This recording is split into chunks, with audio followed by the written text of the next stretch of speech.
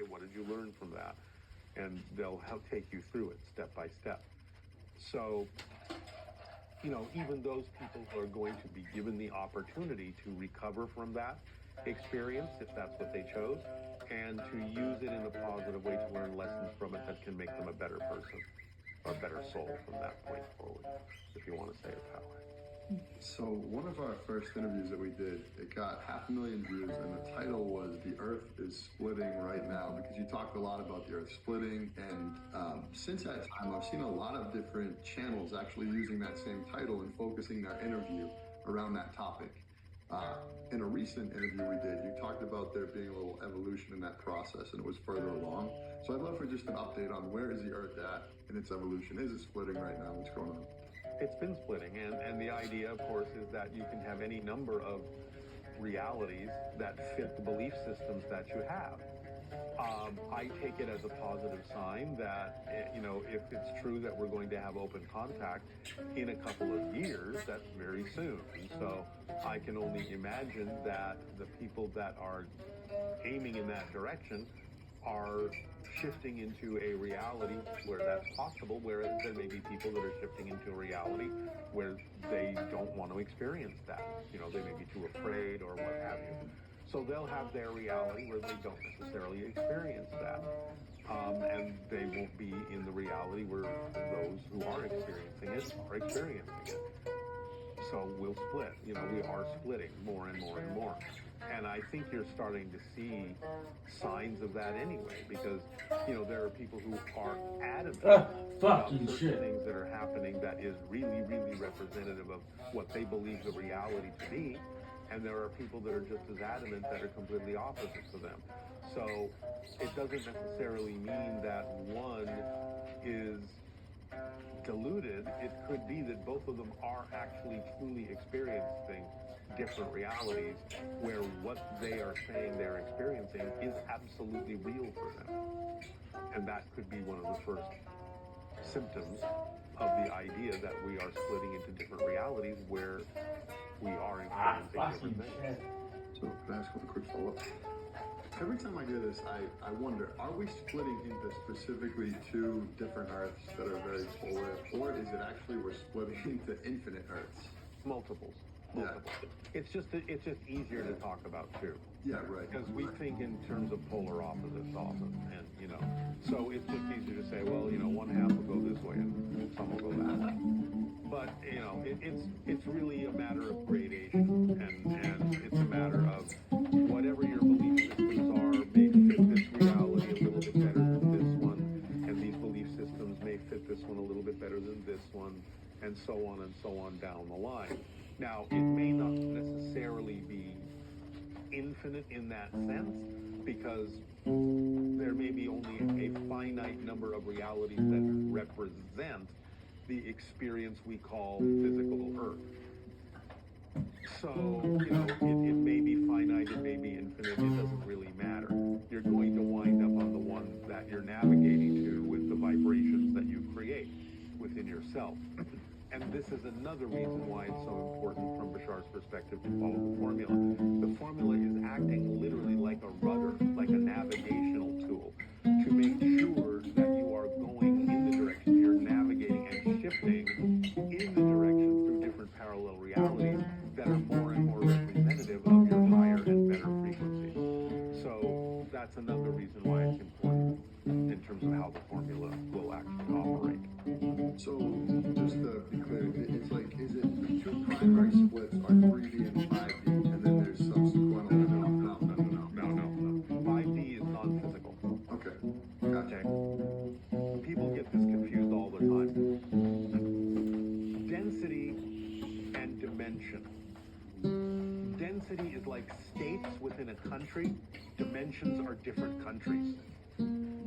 Okay, so we're going from third density to fourth density, which is a higher vibratory state in the fourth dimension, physically. 3 of space, 1 of time. When you go into fifth density, you are also going into the fifth dimension, which is non-physical. So you have to understand what the borders are actually like. So you can tap into fifth density spirit energy from a third density vibration, and that coming together creates the fourth density physical being. So you're using fifth density energy to elevate yourself into a fourth density physical being. But when you finally actually shift into fifth density, you're a spirit again. Okay. Okay? Yeah. So, yeah, people have to treat densities like states and dimensions like countries. A So when tile I split, then what's happening from a density perspective? Is it third and fourth? it's third going to fourth. Now, again, in terms of varying degrees of third density and fourth density. So some people may stay in third density, and that will be the earth that they experience. Some people will go into fourth density a little bit, and that will be the earth they experience. Some people will go into fourth density a lot more, and that will cause differences in the earth they experience.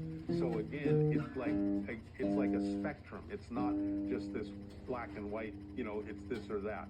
It's this and that, and that, and that, and that, in varying degrees according to our frequency. So just like on Earth, some people, they like to go to the beach and they just like to sit on the sand. Some people like to dip their toes in the water. Some people like to swim out into the waves. Some people like to surf the waves. So there are varying degrees of what you can experience when you say I'm going to the beach. So there are varying degrees of what you can experience when you say I'm shifting to different variations of the reality that are available to us. So what is it that's actually intensifying the split? Because everyone's saying, the split is happening now. What's actually intensifying? Is it the pull from each density? We're at the end of a cycle and the beginning of a new cycle. Earth is a planet of cycles. We have pretty much, let's say, gone, it's basically like graduating from third grade to fourth grade. It's like you're done with the lessons of the third grade. Most of you. Some people will have to repeat the class. they didn't get the point. They may have to go to summer school, whatever. And some people will repeat the third grade, but some people will I'm done with those lessons. I'm now going to the fourth grade or whatever. So it's just basically there are cycles of lessons, and you are at the end of a certain cycle of lessons, and you now can go and graduate to a new cycle of different lessons. And that's now happening more collectively than it is just individually. See, we've been doing it for so long, for many thousands of years, we have finally arrived, in a sense, for the most part, at the graduation point where it's time to have learned the lessons of the third density and now move into the lessons of the fourth density. That's just the timing of the cycles of the Earth and what it's for. And the fact that we're looking at things like, oh, now we've discovered 5,000 plus exoplanets, and we know there's probably life on some of them, and intelligent life, and UFOs. We're expanding our consciousness and talking about spirit and near-death experiences. All of these are the indications that there are new lessons opening up for us, and that it's time to close the books on the third density for most people. Love that. Great answer. You can ask. Now I have like You 5 different. you can ask us two in a row because I just asked like three. Okay. One, what has happened to us in all of these times when we seem to, as humans, have evolved and developed all this technology, and then we get sort of crushed by either something natural that happens or something mysterious that we don't understand? What's going on with all of those Atlantis and Egyptians, all of that? Yeah, like I just said, Earth is a reality cycle. And if you, again, vibration connect to a cycle that is more, well, it's time to start over, it's time to clean the slate, it's time to go back to zero, that's what you'll experience. And humanity has been experiencing that for quite some time. These are the lessons of the third density reality cycles, where you reach a certain point, and if you're not real clear, you can't make the leap to the next level. A few people do, a few people can, and they leave that information behind for the next group, the next round.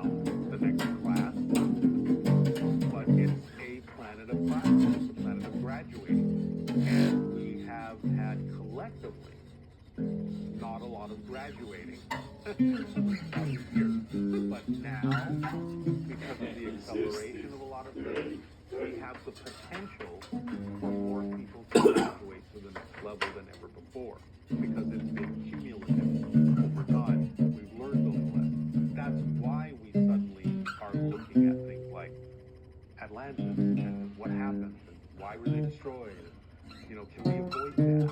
The information they left behind in the temples and pyramids for us to discover. And oh look, there's information here. Is this information something that we need that can help us not go through a destructive cycle again?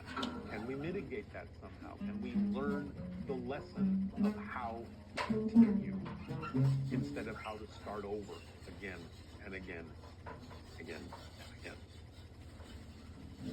Has Bashar ever talked about specifics about why, why Atlantis failed? Some of the past things of what happened? Yes, I mean, again, there was apparently a split, kind of like we're experiencing today, into what Edgar Casey referred to as the sons of light and the sons of darkness. So again, there was a lot of negativity that started brewing and growing, and fear-based ideas that started injecting themselves into the society, and so there really became a large split, and I guess to the point where enough of them started becoming more warlike, more conquering, and started to take over and all this kind of stuff, and doing things they weren't necessarily great for the populace to do, certain experiments and all sorts of stuff. And it just brought about enough that they put themselves on the table to ride the wave of destruction that was potentially there for a period if they couldn't make the leap. Now, my understanding of what actually happened is a comet struck the Atlantic Ocean, and several others spotted on its way down to Earth with bits and pieces of it falling off. But the main chunk hit the Atlantic Ocean and caused a tsunami that wiped Atlantis out. And this is one of the reasons why today we still have the collective memory. We don't really know why, but we have the collective memory that comets are omens of destruction. Right? Everyone, you know, in ancient lore, it's like, oh, there's a comet in the sky, something bad is going to happen. It's a bad omen. And that's why. Because we still have the collective racial memory that a comet pretty much ended one of the highest civilizations on the earth. So I think that was ensconced in our genetic memory to such a traumatic degree that we still retain the actual faint memory of anytime you see a comet, it's like, uh-oh, something negative could happen here. We have to be careful. So it's been rendered down into a superstition, but I think it's actually a racial memory of something that destroyed Atlantis. And it's what was also referred to as the fiery serpent, the feathered serpent, because again of the tendrils coming off of it and coming down to Earth. So, you know, there's a lot you can sort of suss out from a lot of our legends that do have their basis in truth, but they've morphed and, you know, evolved or devolved into superstition, into legend, into myth. So do I understand that the human reset that started about 2020 and is going to go to 2050, that it's us ascending to the fourth density, and what is it going to look like? What are we going to be? What is that evolution going to end with us as a species? Remember that they're going to be here helping. So we're going to have the advantage of their knowledge, their experience, their technology. So probably things like free energy, things like planetary management, things like feeding everyone, things like relaxing, like political movement, really understanding that we are one humanity, and so we will go out among the stars as well. You know, like Bashar has often sort of semi-joked, eventually, not necessarily by 2050, but beyond that, will become other civilizations UFOs. We'll help them start wondering, oh, look, what's this? You know, is there life beyond our planet? So, you know, basically following in the footsteps of the more advanced ETs who will help us up the ladder by helping us manage the Earth, by allowing us to cover the Earth ecologically, by mitigating, you know, our economies, our social, political, financial, religious systems in such a way that it becomes more even-handed across the board and gives us a more direct understanding of our spiritual connection to all that is. Things like that. So, you were talking about the comments. I'm curious, is Bashar mentioned anything in the future, any astrological events, anything that we need to worry about moving forward? Any great degree, there will certainly be, you know, things like earthquakes and volcanoes and stuff like that. But again, remember, your vibration is going to determine where you are and how you experience those things. So, not to any great degree globally, there may be some temporary disruptions from things like coronal mass ejections from the sun that will maybe mess with our electronic equipment for a while, a few days, whatever. You know, there may be some things that will happen to larger areas here and there. There may be some ecological systems that may be too far gone, but again, we are working with ETs behind the scenes to help resolve some of these things, and when they come out in public, then that can be something that accelerates much faster. So I don't think there's anything to really worry about to any great degree, even though there may still be localized challenges for a lot of people to face based on their individual and collective vibrations as a different culture and what they need to experience and what they've decided they have to go through to learn their lessons. So we'll see. But I don't see anything, you know, massive for the entire planet. That's great news. We should mention that nothing is happening. Nothing to worry about. I'm happy to listen to them.